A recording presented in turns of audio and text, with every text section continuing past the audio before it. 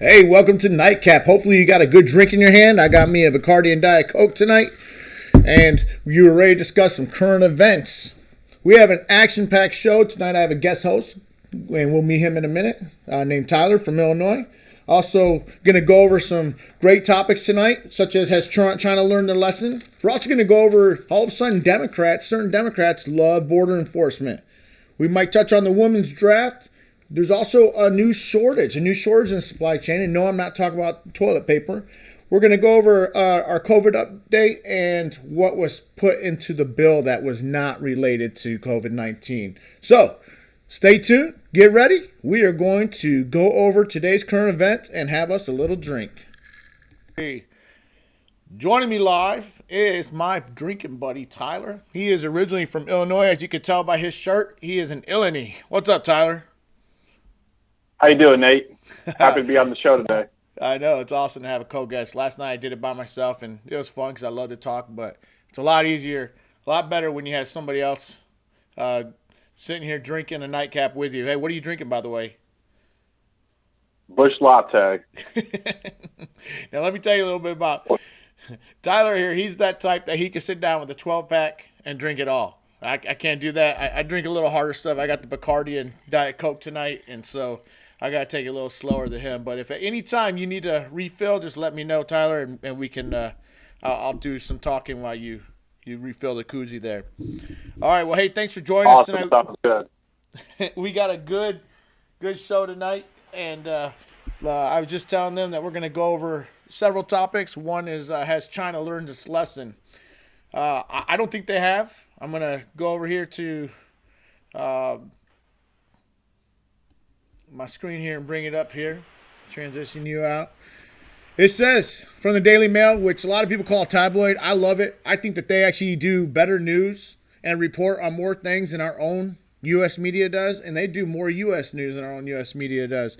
But they said that inside the coronavirus ticking time bomb, how illegal food markets, which started this whole thing, or we think it does, is still selling wildlife that sparked the pandemic despite a supposed ban.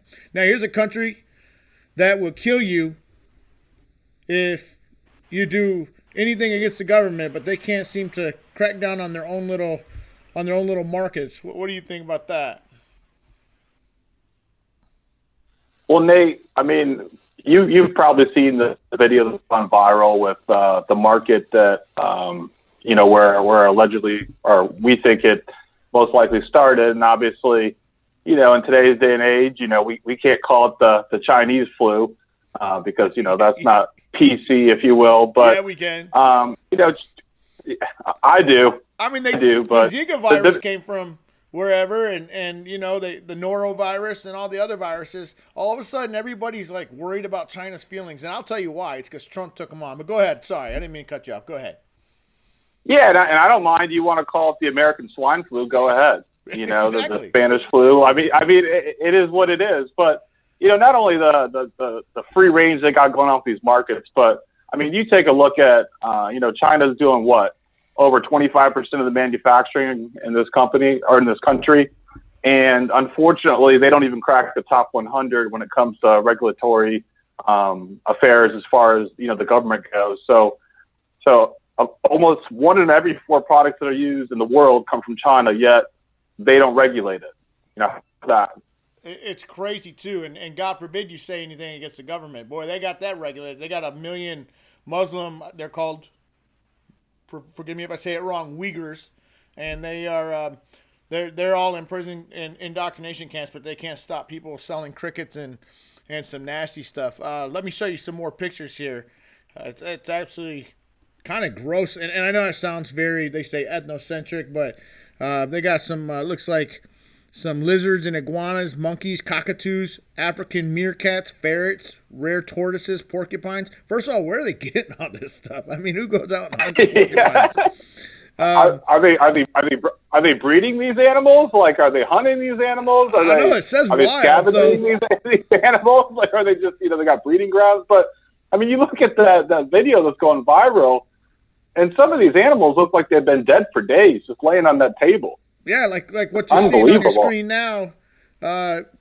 and I don't know if you can see it, but what's on the screen now is exactly that. In fact, you can't. I'm sorry, you're on Zoom, but it's some disgusting, nasty animals. Now, it isn't so much too about what they're killing and eating, because really, even my kid could tell you if you cook it good enough, it's gonna die. The virus or whatever. But it's the way that they're chopping them all up and doing it all all in the. There's no germ control. You know what I'm saying? It's like they cut up a porcupine, the blood's everywhere, and they grab a bat right in the same blood and just cut that thing up and sell it. And no wonder. Do you have to go? Do you have to? I'm sure being a butcher here in America is a trade. Do you go to school to cut up porcupines, snakes? Is that a tradesman?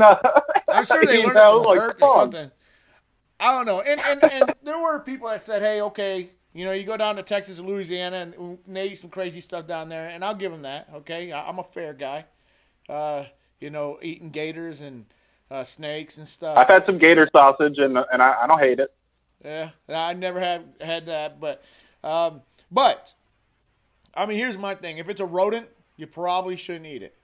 Okay, and if it's a flying rodent, you definitely shouldn't eat it. Especially since now we have this thing. I understand they may have done it back in the days when they were starving, but we have this thing called science now. We know that bats harbor more freaking viruses than anything else. Now, later on in the week, we're going to do a show on conspiracy theories. I have a buddy named Tim, actually is a former pastor of mine. He says that he may think that this was engineered to kill off old people. Notice that it's not killing any of the young people. I guess it's onesies and twosies, but it's population control. I have another couple friends that say that this thing was engineered so that they can arrest a bunch of pedophiles. We'll get into that in another time.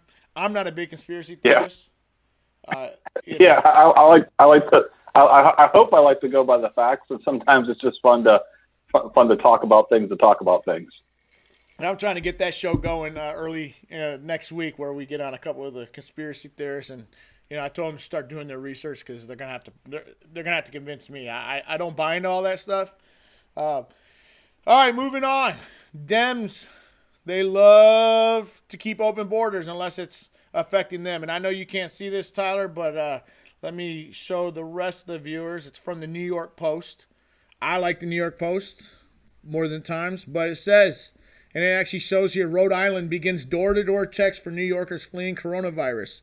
And they have a soldier here, a National Guard soldier, out with state troopers. And then down in a minute, you'll actually see armed military policemen pulling over any cars in a checkpoint that have New York plates, that they can find out where they are and make sure that they quarantine.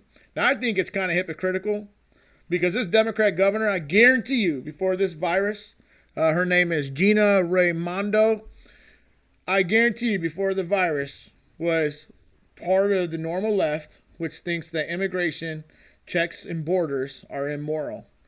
I don't think you can have it both ways. I think that if you're against borders and you're for open borders down on the southern border and even the northern border, then how I understand there's some constitutional grounds here because of interstate travel. It's probably unconstitutional for them to even be doing this, but I think it's still hypocritical on the moral grounds. Go ahead. Well, I think it's. I think when you're talking about within the U.S., you start to get into, like you said, some constitutional, gray area. And I understand that the situation we're going through right now is unprecedented, and to compare it to any other situation we've ever had it's just not logical. But I just love that, our president ran on border control. He's been doing things to actually, put action to his words of what he ran on with border control. And, the mainstream media is up in arms, but now they're, clapping their hands. Hey, we're closing the borders from Canada to Mexico because of this pandemic. And to your point, you can't have your cake and eat it too. Well, are we xenophobes against Canadians now? And do we hate white people since we banned travel? And I don't even think President Trump hates white people. I really, honestly, just like I always gave President Obama the benefit of the doubt, I used to have all these cuckoos that would say, oh, Obama's the Antichrist, and oh, he's trying to institute Sharia law. And I used to say, come on, chill out, dude. First of all, Obama's probably more atheist than anything. But yeah. He's definitely not trying to do that. And I think on the left, they need to chill the hell out too. I mean, come on. President Trump does not hate black or brown people. In fact, prior to Trump becoming a politician, he had a lot of black and brown liberal friends, But I don't like the selective outrage either. I mean, the reason why we want border control down on the federal level, down on the international level, is so that we know who's coming into the country and what kind of diseases they're bringing. Part of the border checks, part of the immigration system is to go get a physical so we know what kind of communicable diseases you're bringing in. And now all of a sudden, boom, Democrat governors are doing it to fellow Democrat governors. So what's the difference? And I have family members, direct family members that actually came to this country legally, and it wasn't easy. It was hard for them to come here in the early 80s and now they're U.S. citizens, and they did it the right way, and they know how hard it is to do it the right way, and they're just as outraged as anybody else who was actually born here. I get that kind of firsthand, opinion from, direct family members. So you do. And I always ask, and I have a friend, I'm going to try to get him on here. He is currently, he just actually got busted by ICE. His case is on a big wait right now because of this coronavirus. They're saying 2 to 4 years. But he literally just got out of jail. He's out on bail. But and good guy. I feel bad for him because I do feel bad for the immigrant. I think that we should enforce, and this is another topic later, against employment of illegal immigrants. That way they don't come here in the first place. But how does your family feel? They're from India, right, or Pakistan? Where are they from? Yeah, in India, southern India. They're from the southern tip of India, which is a Christian pocket of India. So, I mean, how do they feel when they have to go and do everything the right way, get in the lottery system, get in this system, that system, pay thousands of dollars, all so that they can be stopped because people even from India and China, they're finding are sneaking up through Peru and stuff and through Central America and all the way up into our borders. I mean, how do they feel about illegal immigration?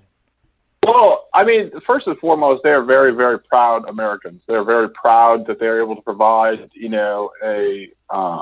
a future for my wife, and she's made, the best of it. She's doing awesome. But also, go ahead. Sorry. But they also, they gave me an example of, basically from a healthcare standpoint. My mother-in-law has had to go to the hospital for whatever reason. And, they have good insurance, and, my father is outraged because of how much he's paying for a simple visit for all the folks that do not have health care, that because they don't have health care, they gotta bill everybody else to pay for it. Yeah, and healthcare is just too damn expensive anyways. And that's kind of, yeah. There are some areas where I'm kind of a leftist, man. And one is not maybe at the federal level because I'm a federalist. But, some of these states, they got to chip in and somehow be able to negotiate their own rates for medicine, price transparency, maybe a public option for the super poor. I think everybody should have to pay in something, whether even if you only make $20 a year, you should pay in $1 or whatever. But not even that. The biggest thing that needs to happen, I feel, again, I'm not a politician. I don't want to be, but the biggest thing that I feel is I think we should have insurance without borders. So it creates competition through these large carriers because, let's say, West Virginia, if you have one or two options, they can charge you whatever they want for your premiums, for your health care. But if you have health care without borders and all these large companies, it creates competition in the marketplace. So these large carriers have to figure out more competitive ways to earn business. Thus, it removes that cost from the consumer, which is us. Yeah. And those socialist countries, they're kind of a-holes because they make fun of our system, but really we're subsidizing their drug prices because they have price controls and we don't. And so they have to make up for that money based on us paying. I really think that we should, we've learned from this Wuhan virus that we should bring all pharmaceutical production back to at least our territories. It used to be made in Puerto Rico, where it was a lot cheaper labor.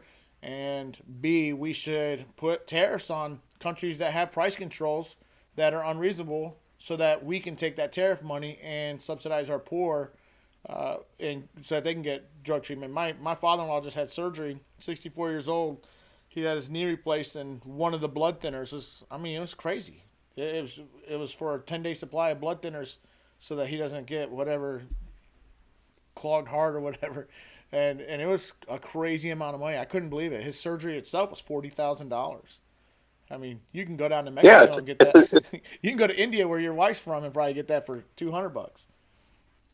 yeah, it's insane, and no, I 100% agree with you. And although from a pure capitalism standpoint, yes, it might make sense to go with manufacture our goods or our pharmaceuticals where the cost is lowest, but doesn't necessarily mean as we're seeing now that it's in the nation's best interest.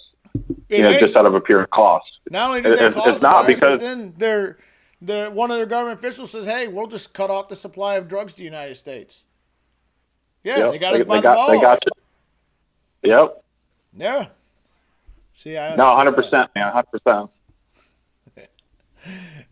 All right, let's move on, man. The woman draft. All right, I believe in equal rights is equal fights. I know, like I said, you're not going to be able to see this, but this is a military.com.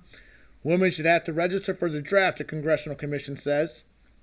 It says a commission formed by Congress to assess military and national service is calling for women to be included in selective service registration.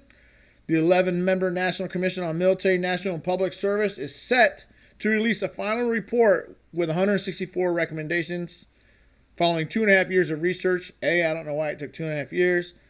Here's the deal.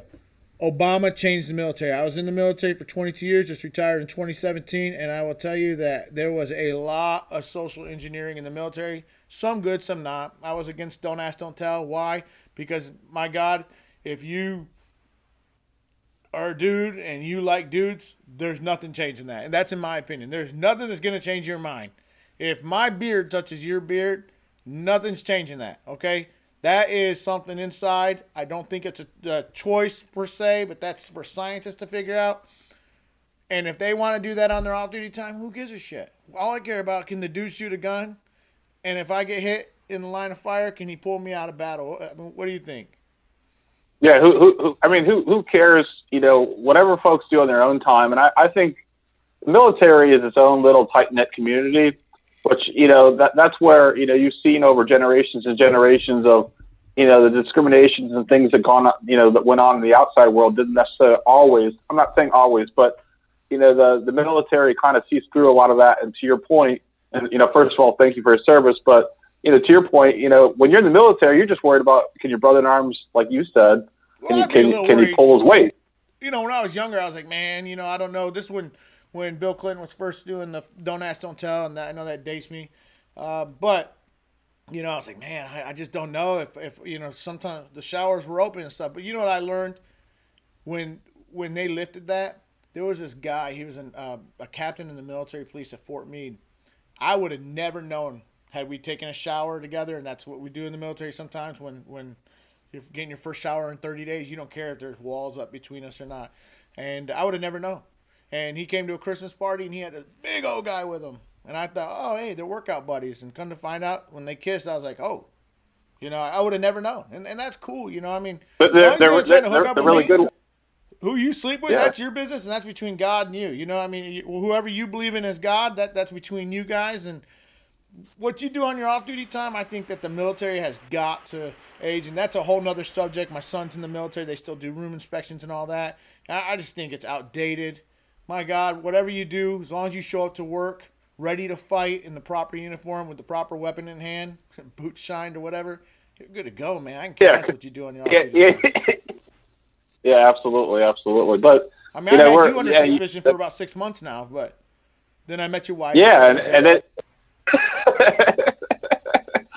yeah, she's a pretty good workout buddy. But no, so to your point about,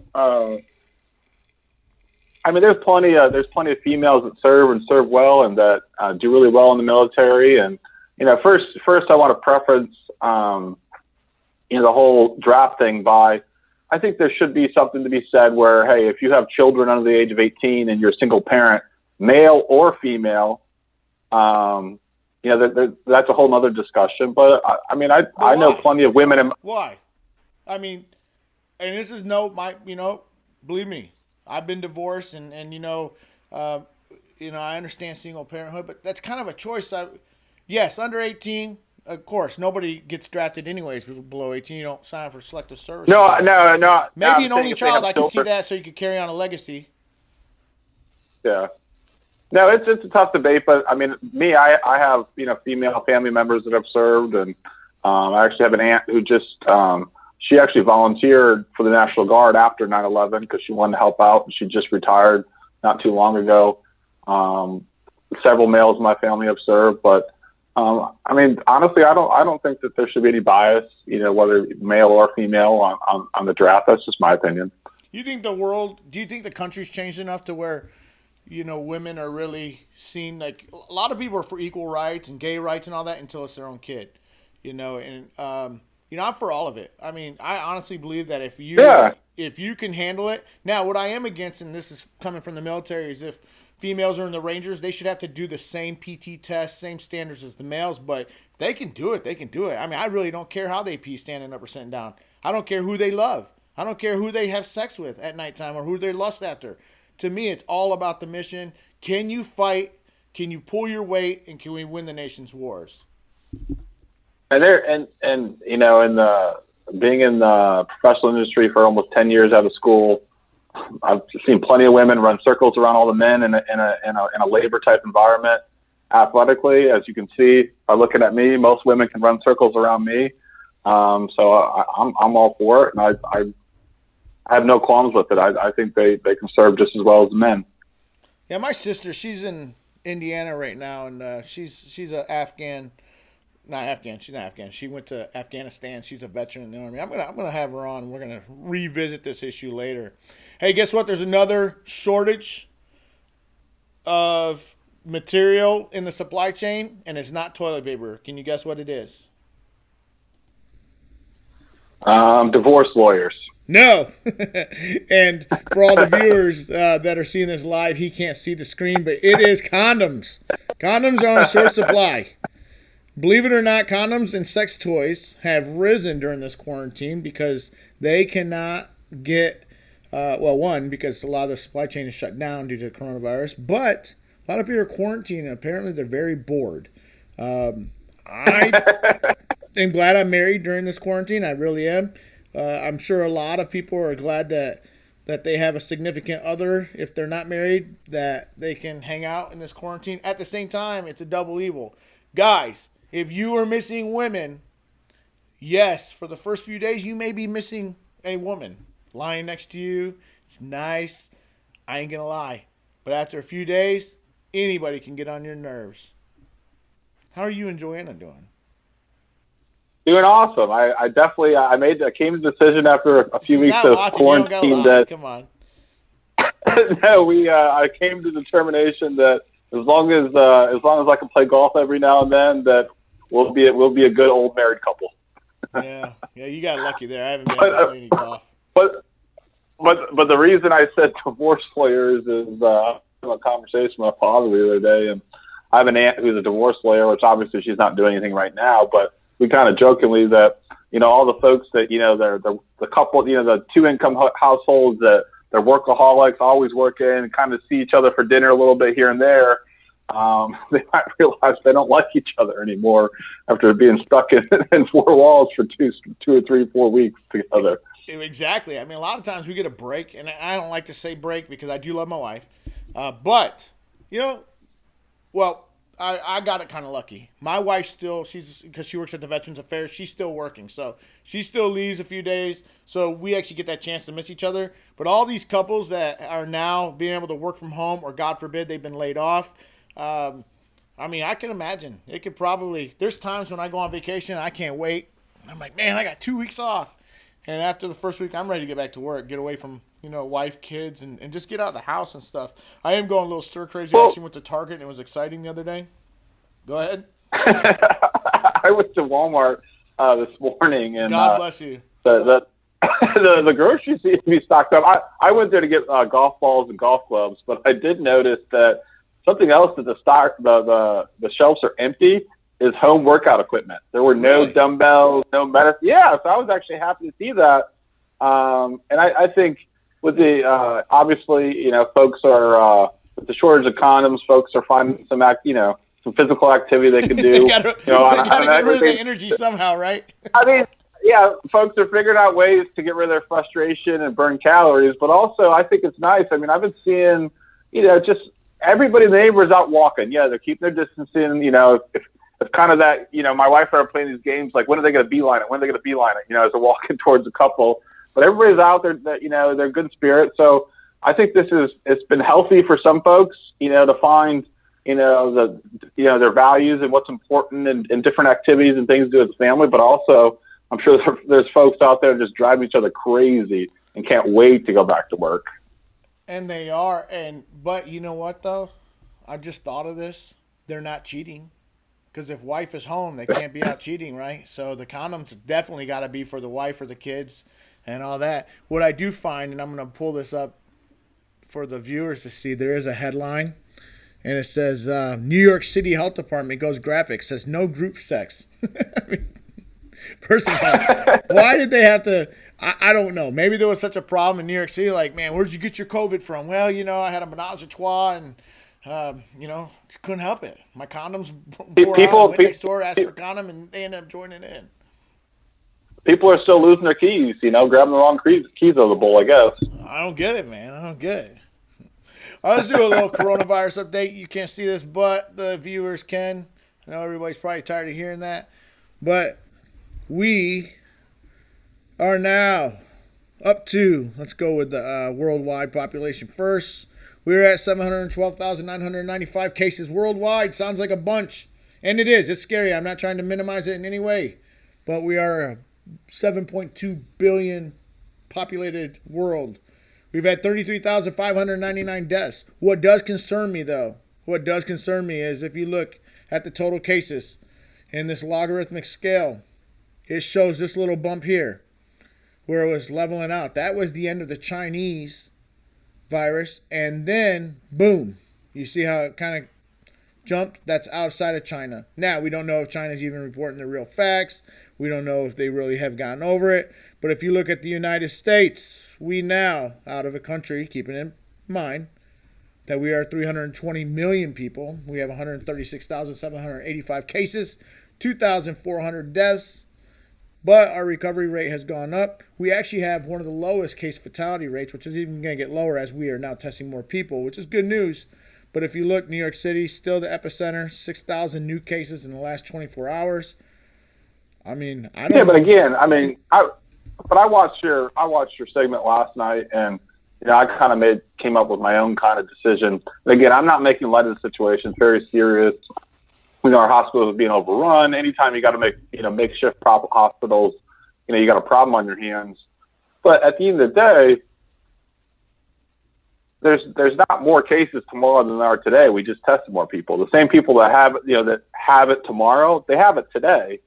The biggest issue right now is just testing to really get that sample. And to your point, the more we test, the better the better the framework looks for us as far as recovery rate and death rate. But again, I remember when we had our first death, and then it was, oh my God, we've had 10 deaths. I mean, in the last 24 hours, we've had 193 deaths. Again, that's a lot of deaths. That's a big deal. Statistically insignificant for 320 million people. My concern is how it's exponentially rising. Every 2 to 3 days, it's doubling. It's good. Yeah.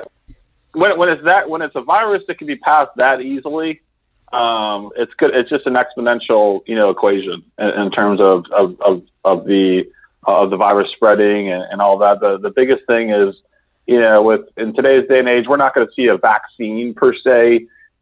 The earliest we might see it is 10 months.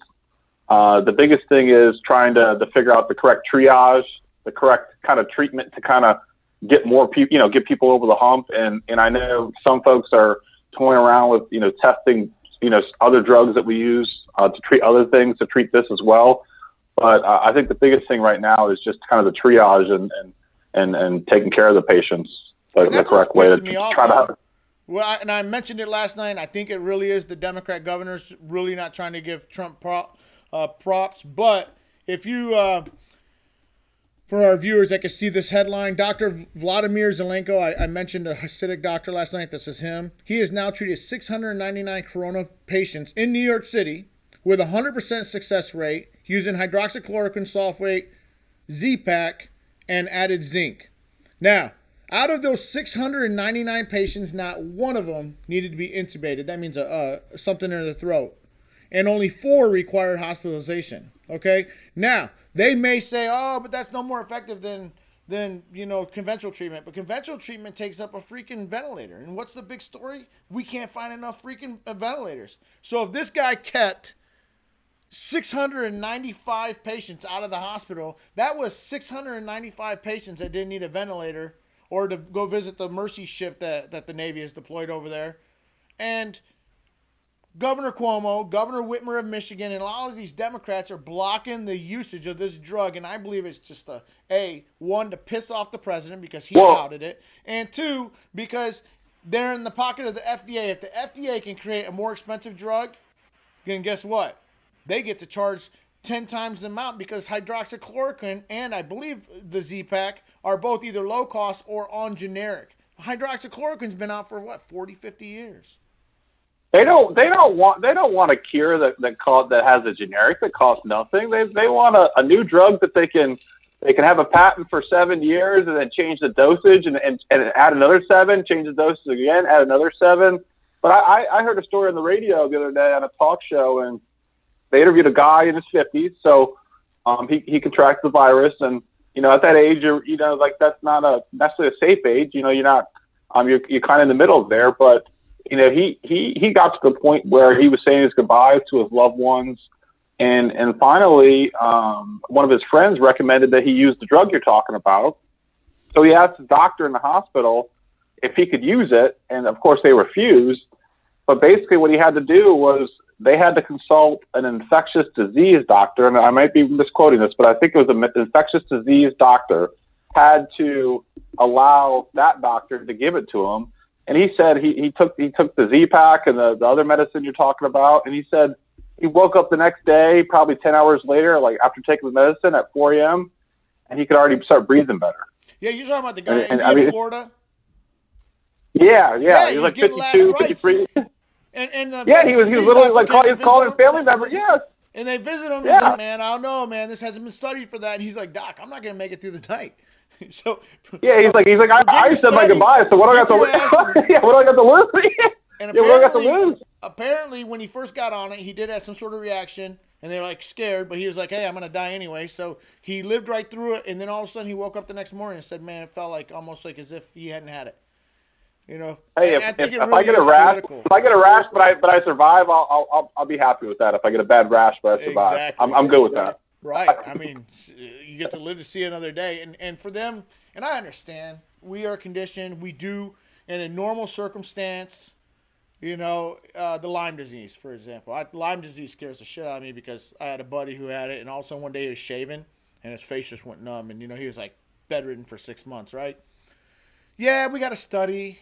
We got to make sure it's safe and all that. But my God, if they can find a generic drug that we've already studied, we already know the side effects, we already know who not to give it to. Yeah.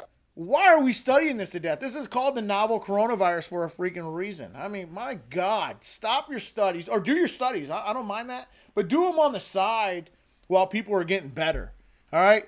We already know who not to give it to, and we're only giving it to them for 10 days. Some of these people have lupus and they've been on it for 10 years. But who are you going to tell someone what they? I mean, if they sign a waiver, go ahead, have them sign a waiver. But if they sign a waiver, they want to try that treatment. Who are you as a government, even a father, mother? I mean, it doesn't matter. Like that's that person's right to just like any other disease you have folks that do they sign up for experimental treatment. Why is this any different? Right. And I'm against the hoarding. I heard about doctors prescribing themselves infectious drugs and stuff. Quit being an asshole. You know what I'm saying? Just stop. If you don't need it. I mean, luckily, I even before this happened, I hoard toilet paper just because that's just one damn thing I don't want to run out of. Like I just don't want to, not have toilet paper on the shitter. So it didn't take a pandemic for me to stock up on toilet paper. But other than that, like if you don't need it, then don't buy it. Like Yeah, you saw these asshats that are freaking in the store with cars full of toilet paper. I'm like, look, dude, you couldn't use that for a whole nother year. Leave that for somebody else. It was like almost like Tickle Me Elmo back in the day. I don't know why I remember Tickle Me Elmo, but everybody had to have it. And then like a year later, they couldn't get rid of Tickle Me Elmo. And I think some people just like stuff just because others can't have it. I think they're just assholes. You know what I'm saying? Final subject of the day. We were talking. You're talking about all the wish lists, all the stuff that went in this much needed stimulus bill, but a lot of stuff didn't really pertain. Hey, Nate. Nate, before we get into this topic, I'm gonna need to grab a couple more beers. Grab a beer. I'm gonna need a couple beers to talk. I'm gonna need a couple beers to talk about this. Let's do it. Let's grab a refill. So for those that are sitting online while he's grabbing a couple more beers, 2 point something trillion dollars. It actually started, I think, $1 trillion. And when we're talking the economy the size of ours, I mean, we sometimes throw around these words, but $1 trillion by itself is a lot of freaking money. $2 trillion is a hell of a lot of money, and the Democrats wanted to add $2.5 trillion. So we thought that we were able to get rid of it. Tyler here, he's back. I see. He was able to run down some numbers and to see where some of these pet projects went to, and apparently, correct me if I'm wrong, but it was pretty bipartisan on the pork. What's that? Was it pretty bipartisan on the pork that made it in this bill? In other words, extra spending. So initially, what was the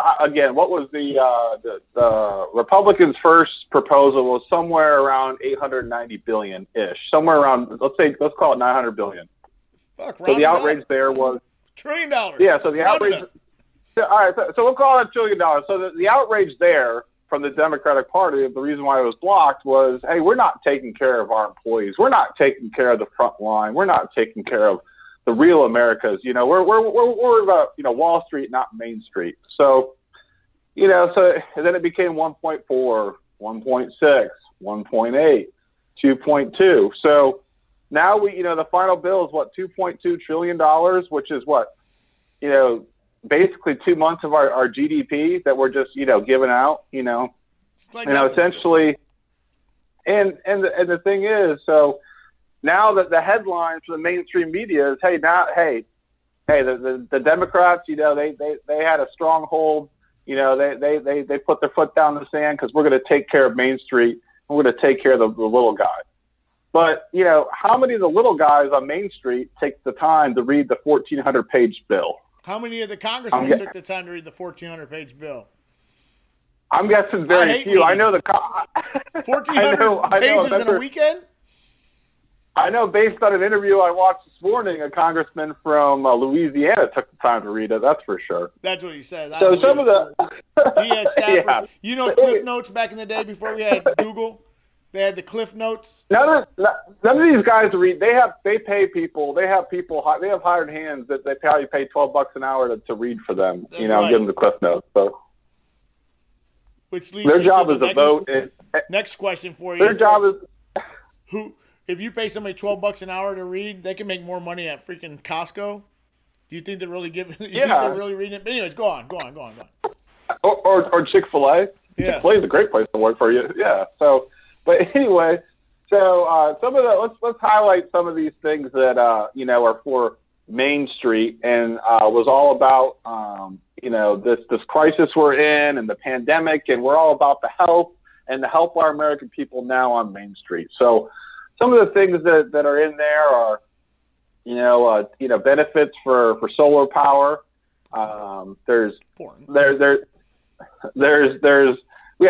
That's. Again, I'm not disagreeing, but is that relevant right now? Exactly. As you go through this list, I want Americans to think, because they're going to think, well, that was a great idea. Yes, it may be a freaking fantastic idea, but was it relevant to the conversation at hand to getting stimulus in people's pocket, or was it just a project that a freaking congressman wanted? Go ahead.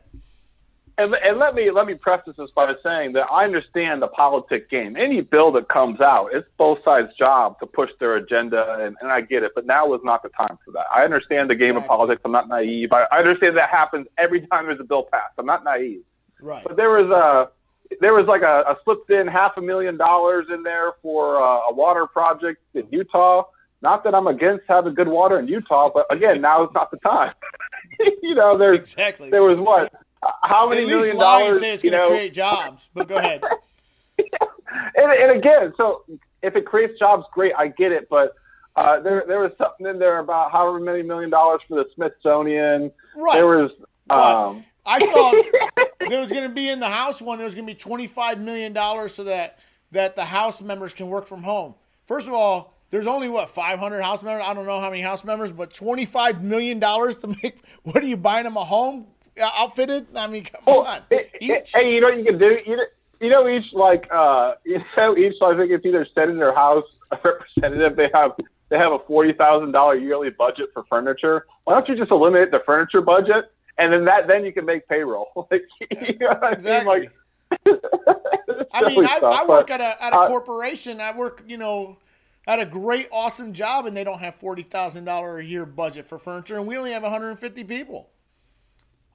Yeah.